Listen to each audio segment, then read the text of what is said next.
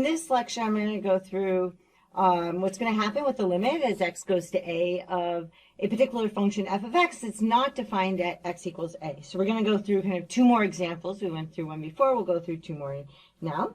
Okay, so the moral of last time, kind of before we get started, we'll kind of remember that the moral of last time was to ignore what happens at x equals a.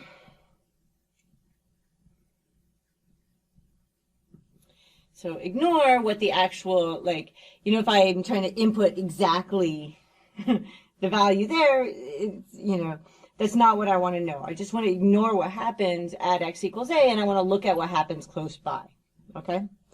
And then this time is going to have kind of a new lesson.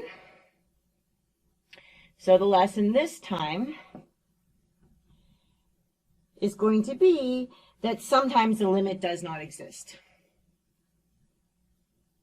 So sometimes the limit, and we're going to write that as DNE, right? And this is for does not exist. It's like very common, so you should kind of get used to that abbreviation. Okay, so let's look at the first example here. So this is example 2.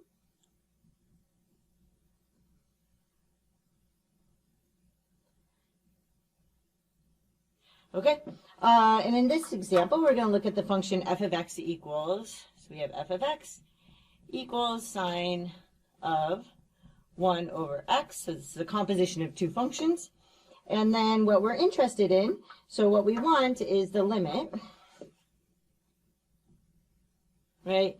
And then we want to take the limit as x goes to 0. So we want x to approach 0 of sine of 1 over x, so this function here. So we're going to take that limit of sine of 1 over x. And we want to know what that's going to give us. So we're looking at the limit as x is approaching 0. So let's kind of draw this function here. So I have the x-axis like this. And I have my y-axis like this. And well, what's happening is that, so you can kind of look at, like, if, I start out with something that looks kind of like, just kind of like the sine function, but then what's going to happen is as it gets closer and closer, it's going to start getting, like, more and more rapidly going up and down. Okay, and the same thing happens actually on the other side. As I get closer and closer, more and more rapidly goes up and down. So it starts going like super, super fast up and down. Okay, well, let's think about that for a moment. What is that? So if I was going to say, you might say, well, what is it approaching as I approach 0? Well, I do see sometimes it's 1, infinitely close, but also sometimes it's 0, infinitely close, and sometimes it's -1, infinitely close, right? And the same thing happens on the other side. So there's no real good answer for what the limit is. Okay, so the limit in this circumstance, so the limit here as x approaches 0, so as x approaches, right, our 0 is here. That's where our 0 is. So as x approaches 0, this function does not exist.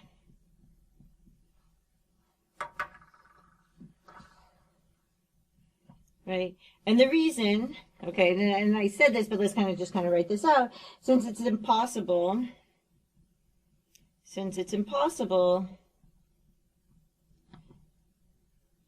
to get close enough to, right, this x equals 0, so close enough to, right, having x equals 0 to make, right, these f of x values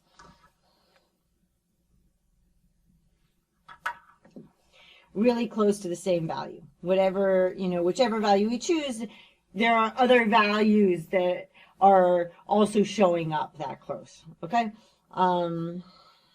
Really close to the same value.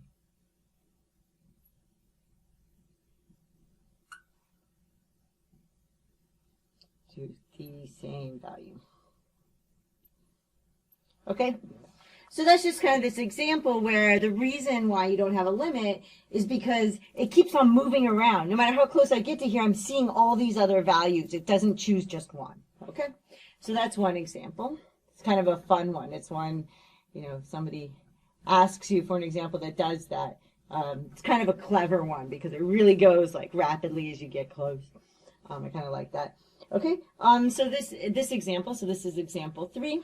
And in this one, the moral is kind of going to be that it can depend on the direction that you approach, so that on the direction from which you approach x equals a from. Right. Okay, so let's kind of look at this one. So in this example, I'm going to look at the function. Here's my function. So my function is going to be f of x. It's going to equal, and it's kind of one of these split functions where I have, so it's going to be x if x is less than or equal to 2, and it's going to be minus x if x is greater than 2. Okay, and then the question, of course, then is the limit as x approaches 2. So we're looking at the limit as x approaches 2 of f of x. Right? We want to know what that's going to be, so let's kind of draw this first. Like, that can be helpful, so let's go ahead and do that. So I'm going to draw my axes. I have one axis here, like this. Okay, and then I have another axis here like this. Let's maybe extend this axis a little bit further this way. Okay, and what's going to happen is that the graph of this function, so it's going to go up. It might actually help for me to kind of draw it and then label things. For the reason being that sometimes otherwise you can't get things to match up correctly. Okay, so I'm looking at, okay, so this is, right, so this is going to be 2, this is going to be minus 2. Okay, so then what's going to happen, so as I'm approaching, so what happens is I approach from this side, right? So what's going to happen on this side, so what I'm going to get, so this is actually, so this is called the 2, like the 2, and then you put a little minus up here side, because I'm kind of less than 2. I don't know, it's just how we do that. So then we're going to say, so what happens as I approach from this side is my output values approach 2, right? So what this is actually kind of saying as I go from this side is that the limit as x approaches 2 from that side of f of x is going to equal 2. So that's like my left-hand limit is actually 2 coming from, as I'm approaching 2 from values that are less than it, then I'm going to approach 2 there. Okay? But what happens is I approach from the other side.